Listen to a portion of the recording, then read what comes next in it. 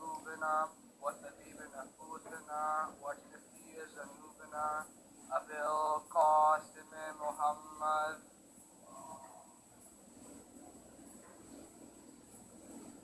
وعلى آله الطيبين الطاهرين المعصومين ولعنة الله على أعدائهم أجمعين من يومنا هذا إلى يوم الدين والجنة للمتقين والنار للعاصين صلوات.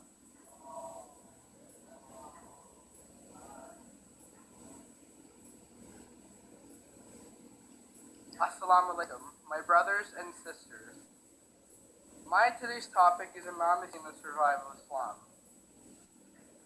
The uprising of the Master of Martyrs, although having knowledge of it was necessary for the survival of the religion,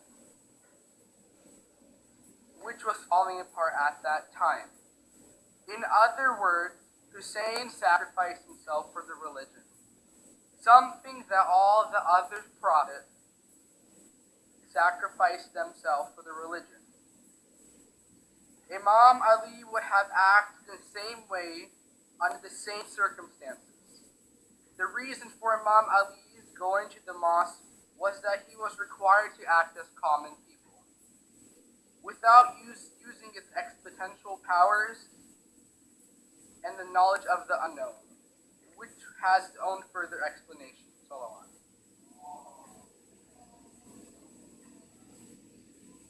In spite of Pharaoh's intentions to kill Moses, Almighty God ordered him to warn the Pharaoh and said, "Go both of you unto Pharaoh. He had transgressed the bounds, and speak into him a gentle word." Similarly, the elders of the Quraysh tribe had decided to kill the holy messenger, but Almighty God ordered his prophet, saying, "Repel evil by what is best."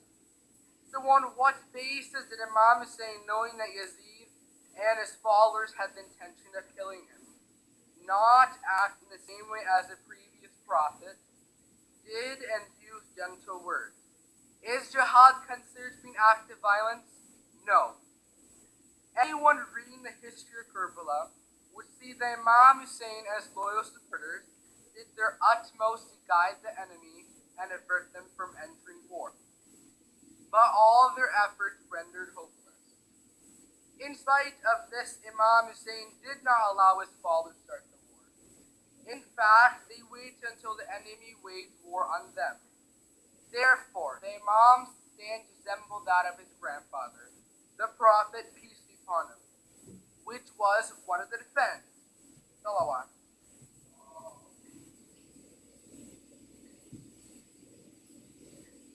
Some people claim that Imam Hussein's aim was to gain governorship and power. Is this true? No. Imam Hussein's aim was none other to save Islam, which was falling apart at that time. Therefore, how can it be imagined that the Imam was looking for governorship and power, while having knowledge of his martyrdom?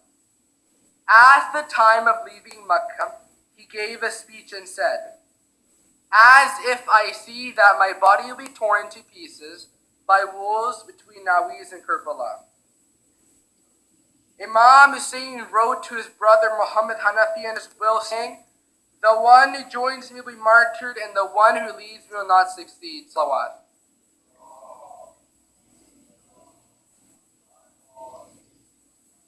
There is no doubt in the infallibility of the holy Imam Hussain. Undoubtedly, his peace treaty with Muawiyah was in the best interest of the Muslim nation, and it revealed his true character to everyone. However, some people don't understand one point. Conditions state that if one party breaches the contract, the other party is right to void the treaty. And from the very beginning, Muawiyah disregarded the treaty.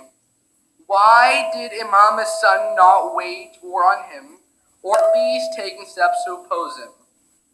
What was the reaction of Imam regarding breaking this treaty, and what was Imam Hussein's reaction at that time? Some people claim that Imam Hussain disagreed with his brother's decision. Is this true? No. And had Imam Hussain signed this treaty too? No. Why did Imam Hussain stay faithful to the treaty and not fight until 10 years after the martyrdom of Imam Hussain? Until the death of Muawiyah, who would disregard and breach the treaty. Historical evidence shows that the reason for Imam Hassan's peace treaty was that fighting in the Holy War was not possible at that time, as people are not willing to cooperate and support him. Imam Hussain fully agreed with his brother's decision and supported him for the legitimate reasons and not out of respect to the treaty. This is a reason why he did not take any action during the 10 years after the death of his dear brother Imam Hussain. However, after Yazid's succession to the caliphate and the changed situation at that time, the conditions for an uprising meant that the uprising took place without delay. Salawat.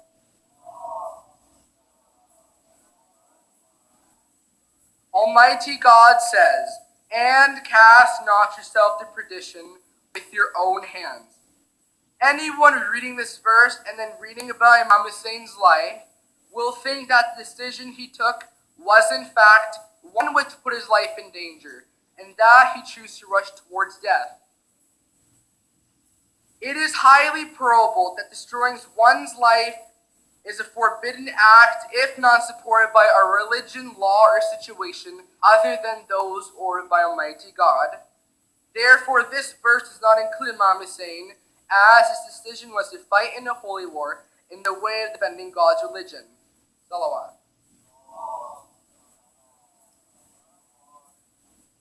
Imam Hussein's uprising was in order to fulfill his duties regarding enjoying the good and forbidding the wrong, in order to reform the Muslim nation, and this was Imam's most important reason.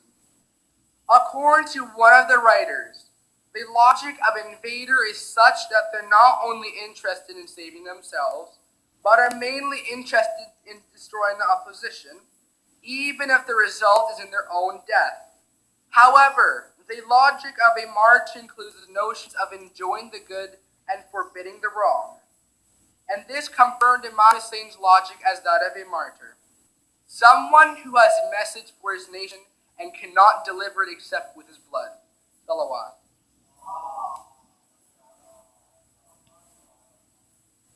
Some people believe as a tragedy Karbala happened at a particular time in the past, there is no need for it to be commemorated during the present times.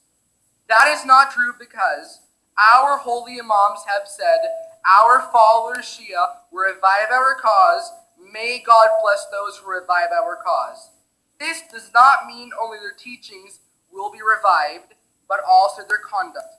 And this sets an example for the Muslim nation and whole mankind.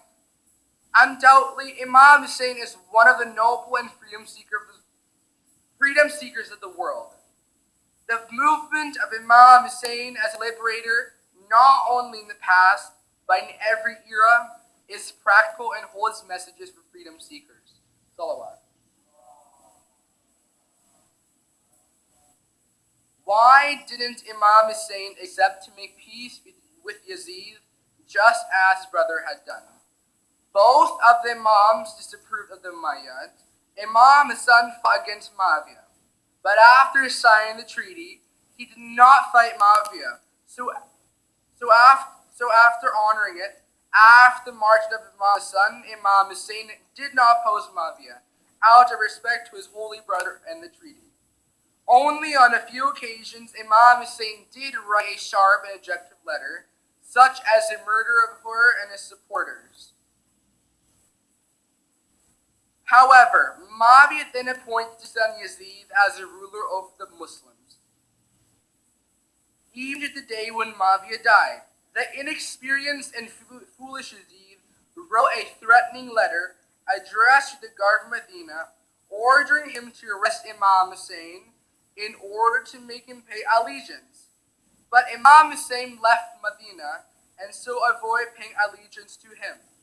Meanwhile, the people of Kufa had sent letters inviting the Imam to come to Kufa to set an Islamic government. The Imam sent his cousin Muslim bin Aqil to to assess the situation in Kufa. Muslims confirmed their invitations and asked the Imam to come to Iraq and set up a government in Kufa. And thus on 9th of Zilhaj, the year 68, the Imam left Makkah for Iraq. Unfortunately, the state of affairs in Kufa changed rapidly due to the appointment of Abdullah ibn Ziyad and his troops. Then Muslim bin Aqil was martyred. After hearing about the martyrdom of Muslim bin Aqil, Imam Hussain was just as determined as before to carry out his mission of enjoying the good and forbidding the wrong. Facing the troops of Bur introduced a new challenge, as the Imam was eager to gain his assistance to enter Kufa to complete his mission.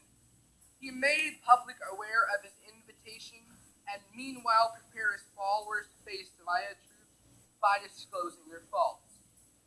When Hur asked Imam to go to Kufa and submit himself to the governor, Imam Hussain avoided firmly, displaying the bravery and steadfastness of the Hashim house. He chose martyrdom, which was one of the two ways of gaining victory in the Muslim battles. Salawat. Some people believe that if Imam Hussain knew about his martyrdom in Karbala, he would not go because considered as killing himself and this is forbidden. But in fact, the Imam had been informed of his fate by the Prophet and his father Ali, but this knowledge never caused Imam to change the natural course of his destiny.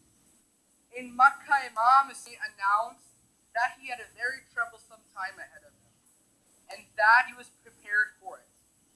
It is expected that anyone wishing to oppose a government for independence and seeking freedom, even in present times, accepts that martyrdom is a possibility and becomes prepared for it.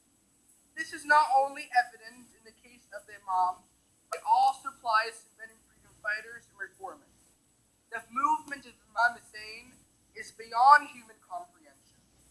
Imam Hussain knew that his martyrdom would result in the survival of Islam, as it revealed the evil intentions and the opponents, and therefore is indeed the victorious one. Salawat.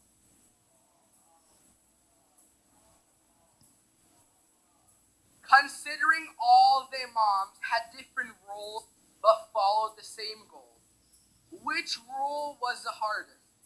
And if all the roles are alike, then why has Imam Hussain been given privileges? What that have not been granted to his children? So, there is no doubt at all that Imam Hussein's role was the hardest.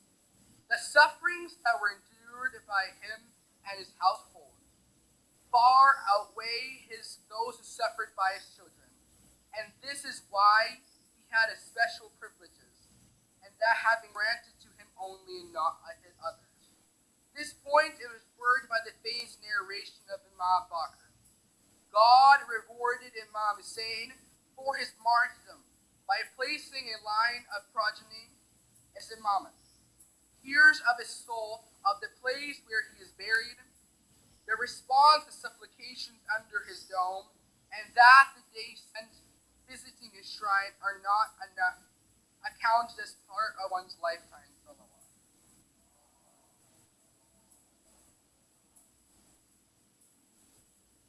If according to Almighty God saying, this day I have perfected for you your religion, and completed my favor on you, and chose for you Islam as a religion, the Prophet is the one who completed the religion. What was Imam Hussein's role regarding the religion? The meaning of completion of religion is Quranic verse of the appointment of Imam Ali as the guardian, Imam, Caliph, and guard of Islam. This role and responsibility had to be passed on to his children after him, including Imam Hussain, as per divine order, which meant that the completion of God's religion could not only be possible without the imamate and efforts of Imam Hussain. Salawat.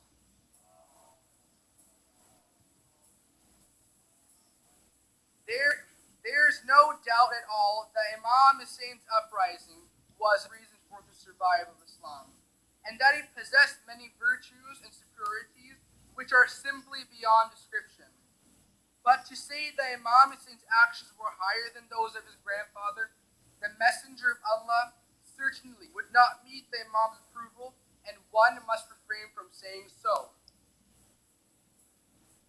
We must preserve the roots of Ashura as source of intellectual enlightenment in the world. In this way, we have in order to revive his rituals when saying, "Keep alive our affair. May Allah have mercy on whoever keeps alive our affair." Secondly, to make use of the occasion, we should do our best to follow Imam Hussein's goals and practice